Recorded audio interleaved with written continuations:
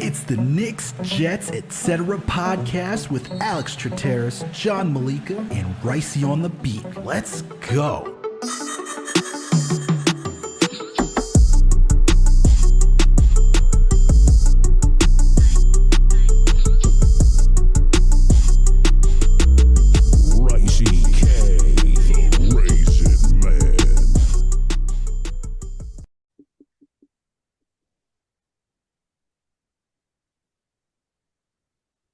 What's good, everyone? Alex Trataros here with another Knicks episode of the Knicks, Jets, etc. podcast. And with me, as always, my buddy, my close pal, the man, the plan, the one and only, John Meleka. We back, John. We back. But before we ask John how he's doing, everyone, if you're watching this video on YouTube, make sure to hit that thumbs up button. If you listen to us on any audio listening platform, please make sure to subscribe. Give us that 5-star rating. All right. Let's get into this. John, how you doing, man? How you feeling today? I'm good, man. I'm good. It is not victory week for the New York Jets, but I feel like we're on a come up right now, so things are looking good in football land. The Rangers came back OT versus the Devils, one of the best teams in the league. Things are looking good. And that other team, you know what I mean? The reason why we're all here for the New York Knicks, above 500, just how I like it. And wait, where are they right now? If the playoffs were to start today, John, do you know where they are? Are we at 6? We are at 6. Let's go. We're not even tied because the last time we played, we were tied for 6. After the games that finished all last night, the Knicks are the sole owners of the 6th place right now. Let's go. Last time I checked, they were at 7. But the way you said that, I did not realize they were at 6. Let's go. Hey, man. We're not even. We're just all we're doing is we're sticking 500, and we're doing what we're supposed to. I'm not sure what we had on our picks. I hope I was going 4-0, and you were yelling at me about that. We'll review that. But yo, what do you think about this gritty Knicks team coming out every single game hot? First quarter coming in ever since that Dallas game. I was slightly worried about the Sacramento Sunday 6 o'clock. Ever since that Dallas game, man, I'm feeling good. But yo, how you doing? What's the state of the fan base? From your side of Knicks Fan TV. Check you out. You're on the pre-games, you're on the post-games, you're in the comments. All over the place, man. Yeah. Well, I just did, to let you know how I'm feeling, I just did my Game of the Week preview for Knicks Fan TV with our guy Corey Telba over at No Ceilings. And I have the Knicks sweeping the Bulls this week. So they technically on that account would be on a 6-game winning streak. So that should tell you how I feel about these New York Knickerbockers right now. But I feel like even though, depending on who you talk to, it's either this is great or this is horrendous because you're looking at the draft. But I think this is good, man, because the Knicks are finding an identity. All right. We're starting to go back to the basics of what first-year Tom Thibodeau is. And that's something that you need for a team, regardless if you're tanking or not. You need some sort of identity. And that's what they have right now. And that's tanking. Bro, did you see what we did to Atlanta? I'm not asking to tanking. What do you guys clean out those ears, bro? I didn't say I'm just saying, like, identity. I'll tell you where our identity is. Our identity is Atlanta came here and we took care of business, man. And we're taking care of business with every team, with Cleveland. And then we're winning the games we're supposed to. Now we're winning the games with teams that are better than us. Yo, that's the culture. And ever since Obi went down, like this team stepped up. Everybody is stepping up. Yo. I think that's the culture. That's a little misleading with the Obi going down. Don't do our guy like that. No, not negative. Why negative? I'm just saying everybody stepped up. Like it's a next man up. And Mitch has been playing lights out. Julius Randle has been going absolutely insane. Everybody's just stepping up. Like he's going to be out for a little bit of time, and that's what I think this culture is. Like everyone's worried. Oh no, what's the rotation going to look like now? McBride's even getting some time. I just think it's a next man up mentality, and we're playing defense finally. I don't know. I really like this Knicks team. Everyone is. I feel like I'm watching different games. I feel the energy around this team. I like them. I think they get stagnant in the second half, especially the fourth. We'll get into that. But they start off hot, which can you remember the last time the Knicks, any Knicks team did that? Like start off every game hot. Like we could, and once you do that, you put yourself in a position to win. Last season. Yeah, man. We'd start off every first half moving the ball with some good offense, and then the third we quarter winning. would come around. Yeah, but we were up like this. Like yes. we blew. Bro, we blew, come on, bro. We blew like three 20-point leads so many times where we'd have leads in the first half and then blow them in the second half last season. I know, but I don't know. For me, especially because it's still early, like Christmas Day is still coming up here. We blew like 3 20-point leads in the first half this year. And I'm just hoping that starts to go away. Like we've already seen it start to minimize. And I'm just hoping that Dallas game was a real punch in the face. And we're gonna shape up here a little bit. Well, since that Dallas game, right? I mean, Tibbs made significant amount of changes to the lineups. You know, Derrick Rose is out. He said he wanted to get a look at Deuce McBride, so now he comes into the fold. You remove Cam Reddish from the entire equation as well, and he wanted to stick with a 9-man rotation, which would have included Obi, but with Obi with his leg injury right now being out, you know, you talk about adapting again to another rotation. So you're moving Hartenstein to the 4. You have Jericho Sims playing the 5, all in the backup situation. And when you have these guys, you have Manuel Quickley, Quentin Grimes, Deuce McBride, Jericho Sims, Mitchell Robinson. That's quite a defensive team you got there. You got now good perimeter defense, which has really been the change, is that you don't have Evan Fournier, who's out there. You know, you now put Quentin Grimes in the starting rotation, who's helped. Now with the second unit, no Derrick Rose, who's been up and down this season. You put Deuce McBride in, and now you're getting even more a bump. You're getting even a bigger bump in perimeter defense. And on top of that, McBride's even getting more minutes now. And so you're starting to see how his defensive presence. I mean, you were even seeing Brunson and McBride in some rotations with RJ, with Randall, with Mitch. And then when you add Sims and Mitch, both who could be good safety valves on defense, it changes everything, man. And I think, but while that's also true, we also have to be honest in that the 4-game winning streak, the Knicks have faced teams that haven't been fully healthy. Like the Cavs, they didn't have Jarrett Allen. They were missing a couple of their guys in the starting rotation. Atlanta, they lost DeJounte Murray, right? During the game, yeah. During the game. But we lost Obi. I know it's not the same. That's really like we're talking two different stratospheres and like in talent. Right I know, now. But it was the same game. It's tough. You know what I mean? Like, yeah, man. But like one as of right now is a rotational player. The other guy is an all-star. Trae Young sucked, and we played well. And we could say that's good. That's part of the defense. But Trae Young is the only guy. You know, they also didn't have John Collins out there too. So the Hawks are dealing with their injuries as well. Kings didn't have De'Aaron Fox, but still you have the rest of the team. Nick showed up for that one, and that's still I think that's still a good offense. I think that was a better test to show where the defense was at.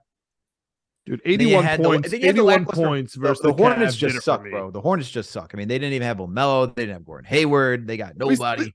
Listen, anytime we beat the Hornets, I'm hyped because no matter who they have, they still beat us by 40 points. So I like those wins. They mean a lot when we wins, beat them. Absolutely. No, I'm saying like when we dominate, not just like when we are beaten down the stretch. Like when we are able to dominate a team like Charlotte, in my opinion, that means something. That's setting the culture. That's establishing what this team is about. And I think that's the games that the teams actually get better. But I was sorry for cutting you off, but the game that really did it for me on the defense was the Cavs. Like they had 81 points, dude. Like that for me was huge. I was expecting, maybe to get humbled a little bit by in that Cleveland game. You know what I mean? And they showed out. And then Atlanta, dude, I was going to that game. All right, I'm driving up and like I was even joking around with my dad a little bit. He's like, "Oh, who are the Knicks playing today?" Because he saw me going. I was like, "Oh, the Hawks." He's like, "Again with the Hawks?" He's like, and he's like, "Is Trae Young playing?" I was like, "I think so." He's like, "Here we go." You know what I mean? And we ran them out of the building, man. We did no Trae Young chance. It was none of that nonsense. We just absolutely dominated the Hawks from start to finish. Like those were establishing games. And then Sunday, again, I was nervous, right? Like you said, Charlotte sucks. Fine, no problem. Like I like that kind of win. But the Kings game on a Sunday. Like that screams loss, bro. That screams Knicks loss more than anything. And now you're talking to me about a sweep in Chicago, I've never we talked about this when the schedule first came out, noted this as being weird, and now it's here. The Chicago 2 in a row in Chicago. If we're sweeping that, Alex, like this team is real.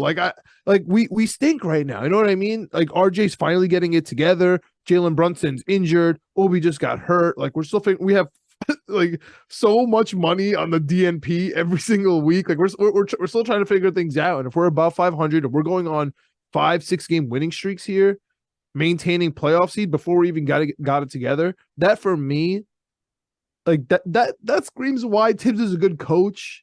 That screams wow, we actually have culture. And it's shout out again to the bench, for stepping up when players go out. Like IQ, shout out to D Rose for not making a fuss. You know what I mean? I wonder if he's gonna. Do you think that with Jalen Brunson going down, D Rose is gonna actually get some time here with McBride in Chicago too? I mean, that's the logical choice. CP and I discussed that on post game the other week. That's the logical choice. So the update with Jalen Brunson is he has a contused foot, and Tibbs said he's feeling better, but we don't know what's going on. Yeah, I mean, I would say that's the logical choice to go with Derrick Rose. The question is quickly starting.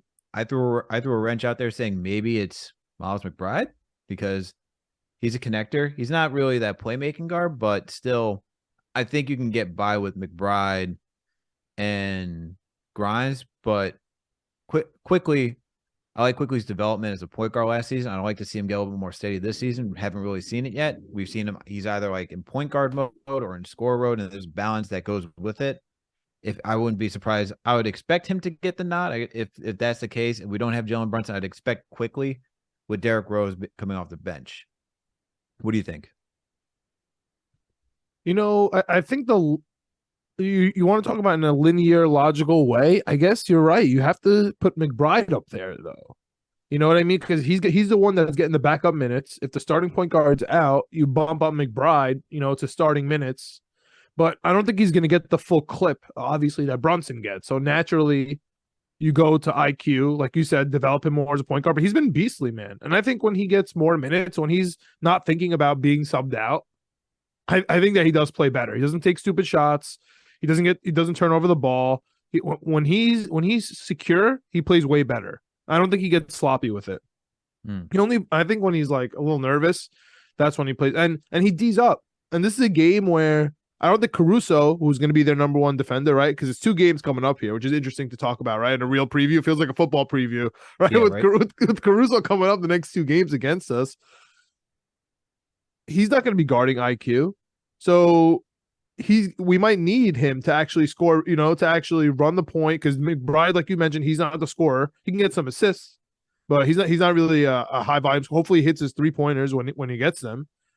But I think IQ is going to be a big catalyst here, actually, now that we talk about this little mini series coming up here with the Bulls. Well, it's going to be interesting because Caruso may not play tomorrow. He's day-to-day, as well as the Sumo, who's also day-to-day. So they would have to go to the third point guard, Goran Dragic, the Dragon. He kills us, just for the record. But if they sit those guys out, I think I'm okay sitting Brunson out for a game. A little handshake. Like, all right, we're playing each other twice. We'll all sit out the first game and we'll come back the second game, see how it happens. I kind of like that. Yeah, I mean, we'll see what happens. But it'll be interesting this week. I think this is going to be I think this will be the better test. Like going against the Kings without De'Aaron Fox, De'Aaron Fox is that engine. You actually get the engines now for the Bulls, who the last 4 games, they're second in the NBA with scoring wise at putting points up. So you're going to have Levine, you're going to have DeRozan, you're going to have Vooch. These are 3 guys who can score. And I'm not worried about Vooch. I understand we have dominant that, centers. I'm still curious as to how this perimeter defense will take on DeRozan and Levine. This is going to be a true test. If we hold this team and if we sweep, the stock goes up for the New York Knicks defense, in all honesty, because Levine, he's a bucket. DeRozan, the mid-range god himself, another bucket. If you can hold these guys down, it'll be a true testament to what the Knicks are doing right now. And then you just have to believe that if they go on a 6-game winning streak, like I'm thinking, I think people got to start waking up to what this team is. And honestly, then it really opens up the door. I mean, it's December 13th right now. We're 2 days away from when official trades can start going down, which is very rare for anything to happen on December 15th, but really makes Derrick Rose, Evan Fournier, Cam Reddish, like they're all expendable at that point, in all honesty. What are your thoughts? Well, on that note, I think then D Rose will definitely get some minutes here. A little I'm healthy, come get me. You know what I mean? A little 2 days in Chicago, motivated in front of his family. Honestly, and especially with Brunson out one of these games, maybe you're right. Maybe this is a little showcase for D Rose around the league because the trade deadline's coming up. But we play them 3 times here before Christmas. Play them again on December 23rd. I know, man. It's crazy how many times we play the Bulls here coming up. A little behind the scenes action. When we're planning out these game of the week previews, I had to bring it up to CP. I was like, "Yo, like we got the Bulls, man." I guess I chose this week. I'm like, well, we could make it worthwhile because it's twice this week. It's so relevant. I was like, why are we playing them so many times? Just why? I like it. I like it though. I like this little series we got. Let me ask you this: what are your thoughts about RJ Barrett and his last 10 games? I think RJ's starting to find his groove, man, and I think we all need to. I'm not going to say issue an apology or anything of that extent, but I think we just have to be a little more understanding as a fan base that. And I know everyone's like, well, that's just an excuse, and why are we doing this? He's 22 years old. Like, it takes time for young players to figure out. He's not even close to his prime. He's like, I'm with everybody where I can't tolerate these slow starts. But I also know that development is not linear. It's like watching a stock. You go up and down, right? And it just takes time for a guy to now be in a full-time third option role, figure things out. And we just know he just starts off slow, man. And we got to be a little bit patient. We just can't be like, and the I guess the gut-wrenching thing was that it wasn't just RJ, but it was the entire team that was floundering, right? There was no defense. As you point out, they were in the bottom 5 for such a long time through those first 23 games, while their offense was still 12th. And you're looking at this team like, all right, this is Tom Thibodeau is not known as an offensive coach. What's going on here? Like, the offense is fine, but that defense can't be this abysmal, because in order for us to be a good offensive team, that also means we have to shoot threes at a relatively good clip, and we just don't do that. So it's not sustainable just to be a mid-range team or just working around the paint. So I can understand that being impacted. You also look at the whole point that we drafted Frank Ntilikina and Kevin Knox. So there's a lot of pressure on RJ, is what I'm saying, based on all these outside factors where a lot of the heat's coming from. But I think he's been improving his game, man. I think he's been doing a good job. What are your thoughts on him? Yeah, I mean, we've been hard on RJ. I don't think it's necessary to issue an apology, because we were just calling it how it is. And now he's doing better, and now we're just calling it how it is again. You know what I mean? This is the quote unquote apology. You know what I mean? This is the reconcile. He's doing well. We're calling it out. We want him to do well, but there's no reason to baby the player that you extended, right? Before that, I get it, because you want him to get paid, right? And we're all screaming about it. Mm-hmm. But at this point, RJ's doing fine. I think he's expendable by the Knicks, to be honest with you. There's like Kyle Kuzma rumors going on here. I'm not going to be shocked. I texted you and our friend of the pod, Claudio. I saw after the Hawks game, or during the Hawks game, at the end when Randall got subbed out, Dolan went up, asked for an autograph of Randall Ball. That boy ain't going nowhere, guys. Like, I just want everyone to know, like, the owner, and his name is James Dolan, he asked for Randall's signature during the game on basketball. It's just stop dreaming. Stop with the trade machines. Julius Randle is not going anywhere, man. Yeah. I mean, as of right now, you could say that, right? Especially like as of right now this season, probably highly unlikely that anything is going to happen with Julius Randle. But just so that everyone knows what the last 10 games are for RJ, just hopping back on that track. RJ is averaging 20 points. He is averaging 44% from the field off of 15 attempts per game. And then he's also averaging 35% for 3 right now, with averaging 5 attempts per game. So RJ is really turning around. I think the biggest thing, though, that is more encouraging is the 81% from a free throw line, my man. That is such a game changer, because when he entered the league, he just sucked at the line. Now There were he's some much clutch better. ones too. There were some clutch ones in these Yeah. past 4 games. Although the last one against the Kings, man, I was like, yo, bro, you I cannot know. miss the last 2 free throws. That's I rough. know. You I cannot know. be doing that. I know. But what do you think? Do you think he's expendable as well? Who? RJ? Yeah. Or Do I not, think no. he's expendable? I'm just curious because literally like going on like last year, last offseason, which was just a couple weeks ago at this point, or depending on how you look at it, or a couple months ago, we were all freaking out when it was Donovan Mitchell with RJ's name in the package. And then, I would say in the first 20 games here, we had a little bit of not seller's remorse, right? Like, oh my God, well, how didn't we do that for Mitchell? He's killing it. RJ, not really. Mm-hmm. And now RJ coming back to life. And honestly, Donovan Mitchell also coming back to life the other way. But now there's some rumors for like people like Kyle Kuzma. Like, I know that sounds crazy, right? Kuzma for RJ, but I'm not saying specifically him, but a player like him, RJ would have to go. It just doesn't fit. So I'm just wondering, in your opinion, like we just mentioned RJ, this little timeline we have. Do you think he's expendable? I think anyone on the Knicks is really expendable outside of Brunson, to be quite honest. And Grimes, apparently. And Grimes. Like the fan in me would be upset to see RJ go just because Knicks drafted him, 3rd overall pick.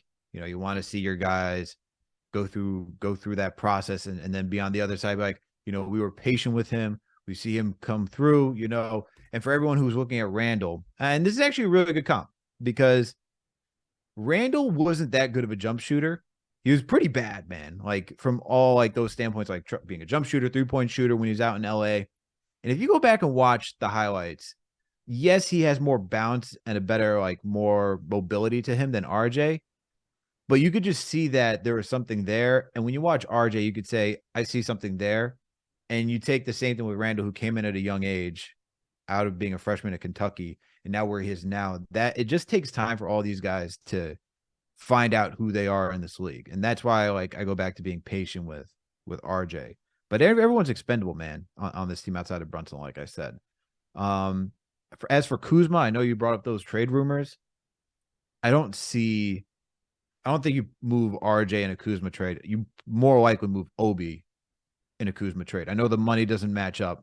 It's not even that. Where does it fit in the rotation? You can't have RJ, Grimes, Brunson, Randall, Kuzma. Well, the thing is that the thought is that you could have Kuzma coming off the bench.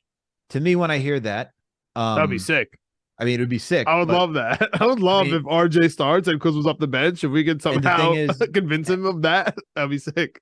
Well, the thing is, you could, in all honesty, you could get Kuzma his minutes to a certain degree because he can play a little bit of a small forward, even though he's primarily a power forward in this league, and he hasn't really played. The only season where he's close to splitting time at small forward and power forward was when he was back with the Lakers his last season there. Other than that, it's like such a small percentage. Right now, it's like 80% more so at the 4, like under like 15% at the 3. But what you could do is that you could have Kuzma come off the bench for Randall. You leave RJ with that second unit, right? Or whoever, if you want to leave Grimes or you put Grimes in there, whoever, you can have him play power forward.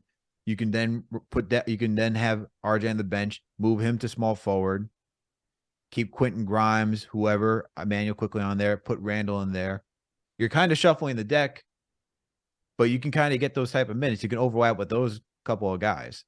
And if you really want to play small ball, Kuzma's a good rebounder. If you want to do that, you could, depending on the matchup. Yeah, it's an interesting take. I would like to obviously keep RJ. If we can get Kuzma on this team with scraps, with like not really picks that we care about, plus getting rid of like Reddish and Fournier and those types of guys, and put them on the bench. Yeah, that'd be crazy. But we probably lose IQ in the mix in there. You're probably trading a pick, in all honesty. Yeah, I'm saying one of the protected picks. So yeah, that's what I'm saying.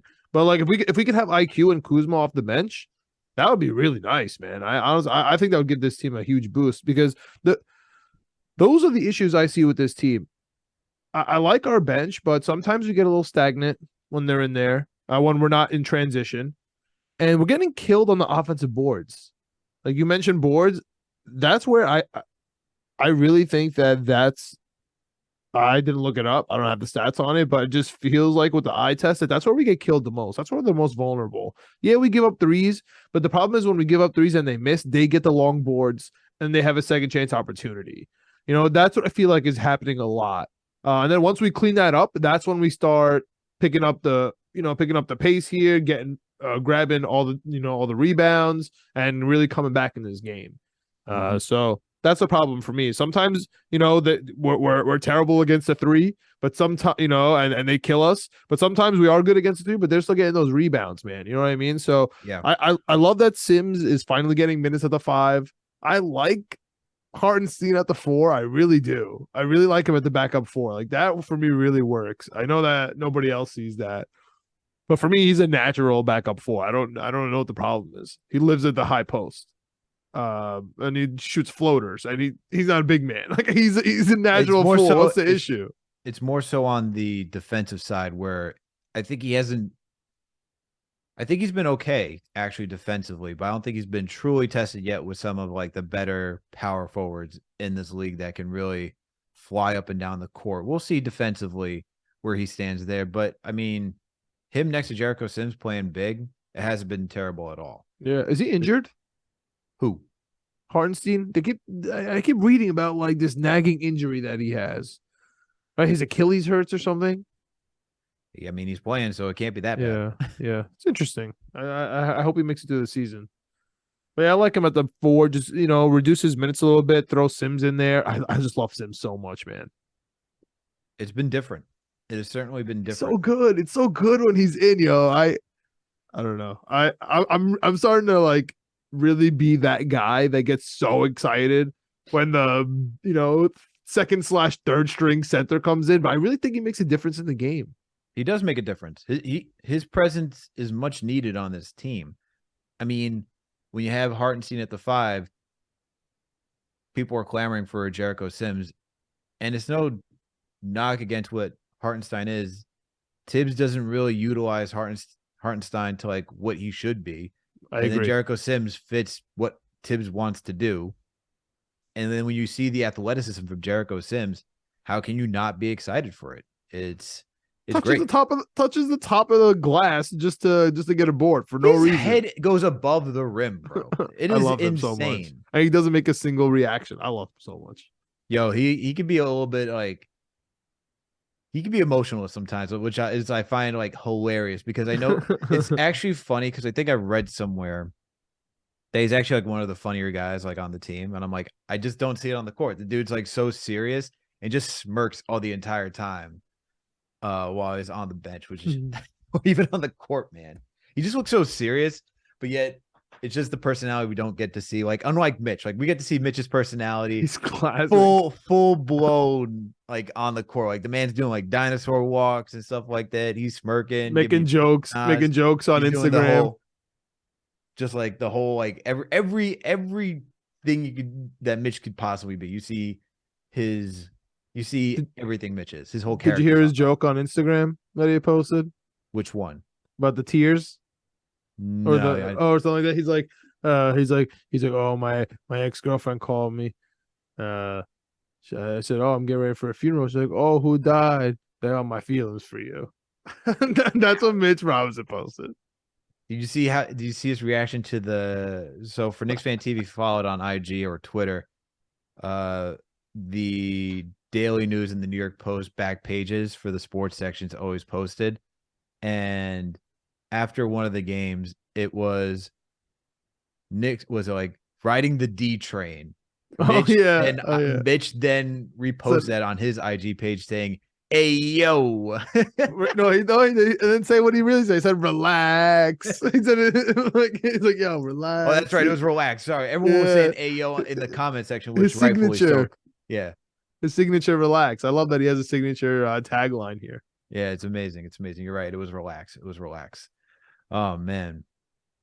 But yeah, man. So how much is DeRozan going to drop on us the next 2 games? He's going to average what, 35 a game, but we're still going to win? Stop. I mean, against we can't guard RJ, DeRozan. I mean, against RJ's defense has not been there, dude, this season. That's the one thing that, and I think it may be because Maybe he looks like he bulked up. Some people were saying that he bulked up, tried to add on more weight, try to get more brolic for this season. We saw how that didn't really help Mitchell Robinson last season, and then he had to cut weight to get back to his form. Maybe that's the same thing for RJ, but DeRozan's good, man. I mean, he just knows how to get to his spots. He's very methodical, man. I don't know, man. I don't know. It'll be interesting. We'll see. I don't know. What do you feel like? 25 points for DeRozan? Like, he's going to at least get 20 something. I think he's going to drop 30 at least one of these games. 30. Yeah, he's really good, man. The last game he got 34. The game before they got 28. Before that they got 27.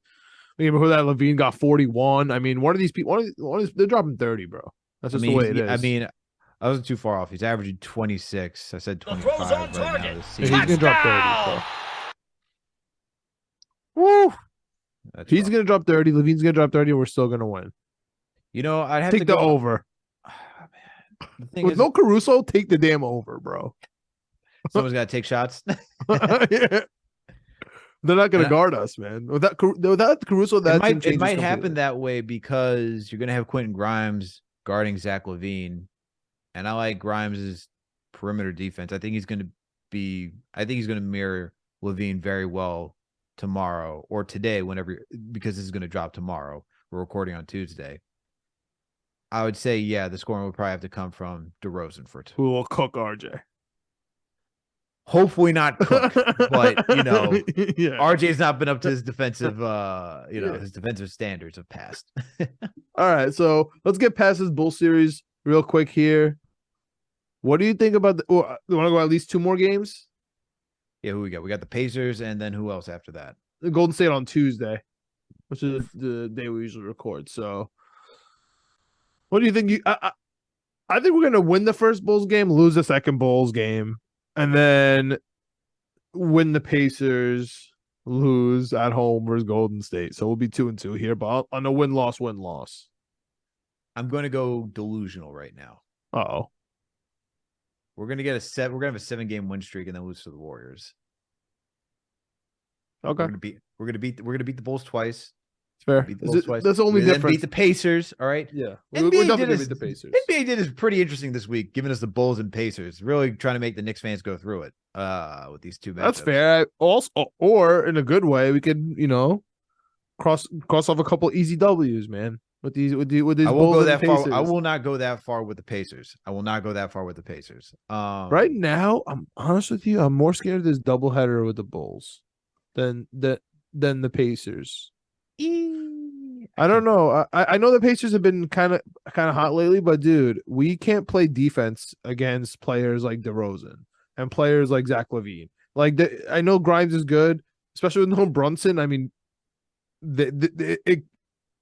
they could drop 130, 140 on us. I feel like they could drop 40 points each easily. I'm not going to be shocked at that at all. It all depends on where's Jalen Brunson for the Pacers, that I'd be a little bit more concerned, just because you got Tyrese Halliburton, you got Benedict Mathurin, Buddy Hield has been playing pretty darn well this season. Mm-hmm. Miles Turner has decided to step it up. So I would like Brunson for the Pacers game. Yeah, we're going to need Brunson for the Pacers game. So McBride, don't sleep on McBride, dude, especially on the defensive side of the ball. Maybe he's not going to be this all-star point guard, but he's actually going to play defense, which we talk about. We haven't had a point guard since forever, and we're kind of over that talk, but we haven't had a defensive point guard also in forever, including Brunson. So, even if he's a defensive specialist here, that's fine. He can, especially when it's time to, again, step up. That's what's been happening since Obi went down. People are stepping up, man. And, if Brunson goes down, I expect McBride to not only step up into his he's reminding me of Mike White a little bit here, a little mini Mike White session where he got bumped up to the point guard 2 role. Everyone was a little shocked about that over the veteran. And now he's a little hurt. Brunson's a little hurt. He's going to have to step up. McBride's in the Strevler conversation, all right? Just a gamer. How about that? I'm just saying he could be good, man. I'm saying he could be good. McBride could If really do some stuff, man. McBride not only plays the defense that he does and can average, I'll give it 15. If he gives us 15 points on efficient shooting, I'll give him that Mike White label. How about what if he gives us 12 points and 5 assists? because he got those assists were nice, man. He was throwing out some dimes. I can't put it at Mike White level though. I can't. I'll just say the game manager. He's a passer. It should be more Mike White if he's getting these assists. But all right, I got you. We'll see how he does. Hey man, come on. Mike White goes out there, throws 4 TDs. You know what I mean? Fair. That's fair. Not 4 TDs, at least 300 yards. So. Well, last season he threw 4 TDs. This season he's thrown 3 TDs. You know, he's throwing for some yards, man. I got you. He's gonna hit the 3. McBride's gonna hit the 3. For McBride to get that label, he either has to go like, what was it? He has to get 15 points with like 5 assists. Give me 6. Give me 6. You're being Shaq right now, and I'm okay with it. You're being like Shaq, like, why is he scoring 30-30 right now? Like, why is McBride giving me 15 and 6? Like, all right, that's a bit much, but okay. But give me 15 and 6. I'll give you the Mike White label. That's fair. I'm Team McBride right now. Let's go. All right. I mean, I'm Team McBride too. I'm just not the comp for Mike White right now. I like him right now, man. He's to step up. If he needs to step up, one's competent and could help the Jets get to the playoffs. McBride right now is a really good off the bench guard, giving you a lot of defense. Just keep us above water with no Brunson. Let's go. All right. And then Warriors, we got them both. Warriors are just the Warriors right now, man. Like Steph Curry, that's tough. Listen, man. I was at the Garden last year. You know what the good thing is this season? We don't have to have that whole 5 to 10 minute parade on MSG for Steph Curry.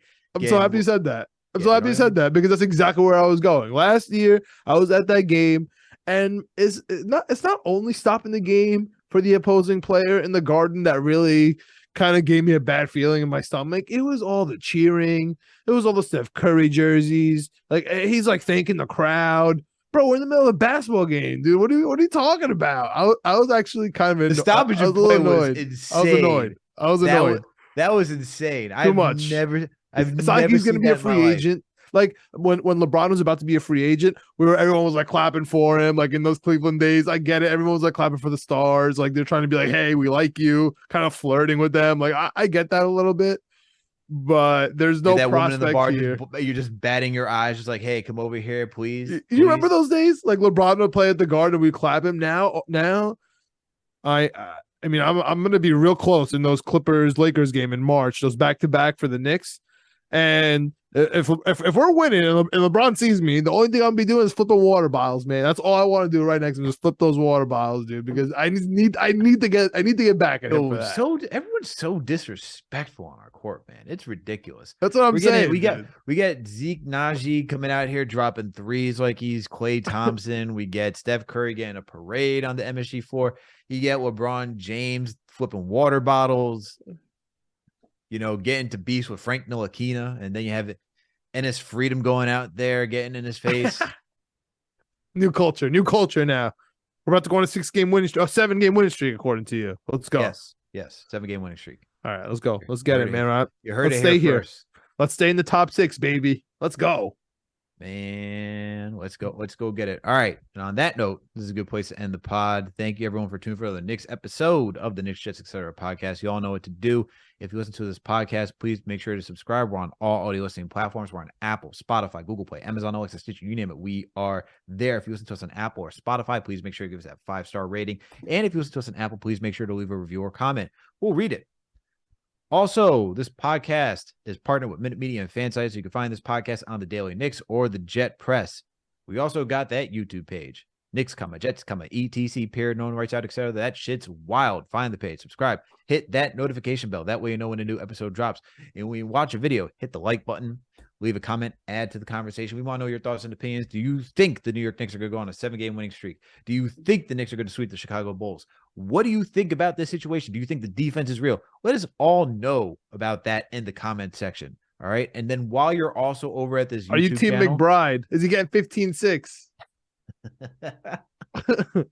Is he getting 15-6? Someone give me that stat. Someone give me those prop bets. Let me see. Let me see something. Dude, are you? That's probably like plus 1,500 for McBride to go 15. Someone give me those prop. Someone give me that prop bet. I'm gonna take it in your name. Go ahead. Thank you. Man comes home.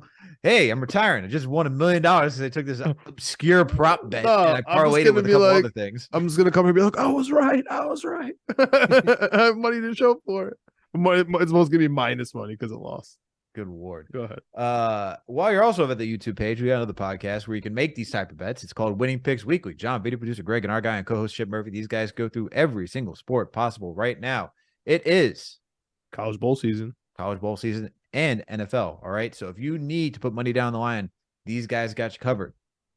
Just make sure to bet responsibly. All right. And then last and certainly not least, please make sure to follow us on all social media platforms. We're on Facebook, Twitter, Instagram, TikTok, you name it. We are there. Thank you, everyone, for tuning for the next episode of the Knicks, Jets, etc. podcast. We out. Let's go Knicks.